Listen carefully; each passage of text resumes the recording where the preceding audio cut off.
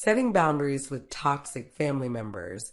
Family can be a source of love, support, and connection.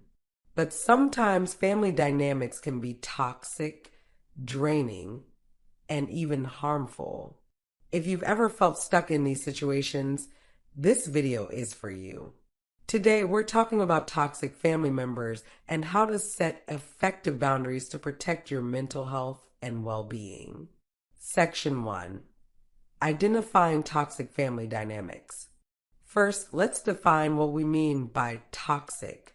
Toxic family members might display behaviors like constant criticism or judgment, emotional manipulation or guilt tripping, gaslighting where they make you doubt reality, repeated boundary violations like dismissing your NO.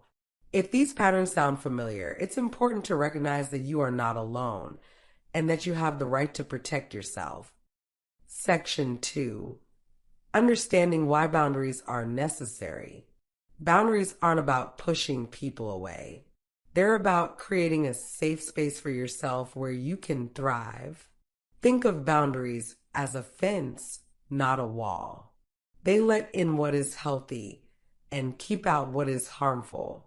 Without boundaries, toxic behaviors can lead to stress, anxiety, and even physical health issues. You deserve to prioritize your well-being. Section 3.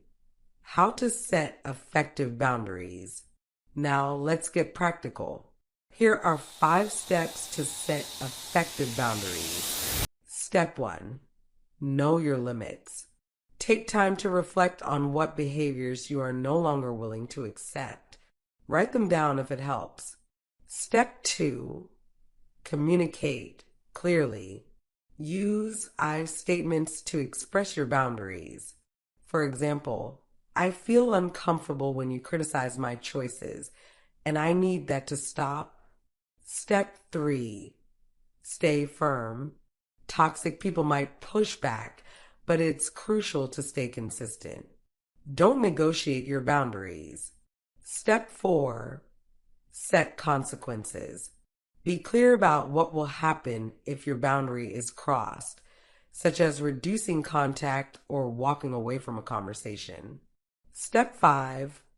Practice self-care. Establishing boundaries can be emotionally taxing.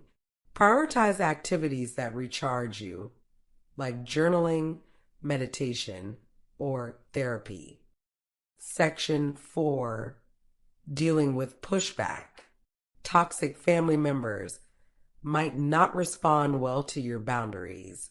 They might try to guilt trip you or accuse you of being selfish. Remember, boundaries are an act of self-respect, not selfishness. You can't control their reaction, but you can control your response. Section 5.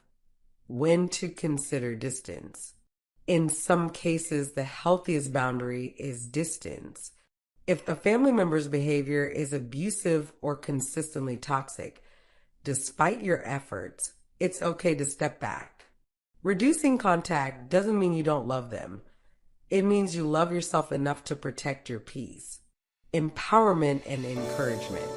Setting boundaries with toxic family members can feel daunting, but it's one of the most empowering steps you can take for your mental health. Remember, you are not alone, and you have the strength to create a life that supports your well-being. Thank you for watching. If you found this video helpful, make sure to give it a thumbs up, subscribe, and hit the bell icon for more content. Leave a comment below if you've ever dealt with a toxic family member and how you handled it. We'd love to hear your stories.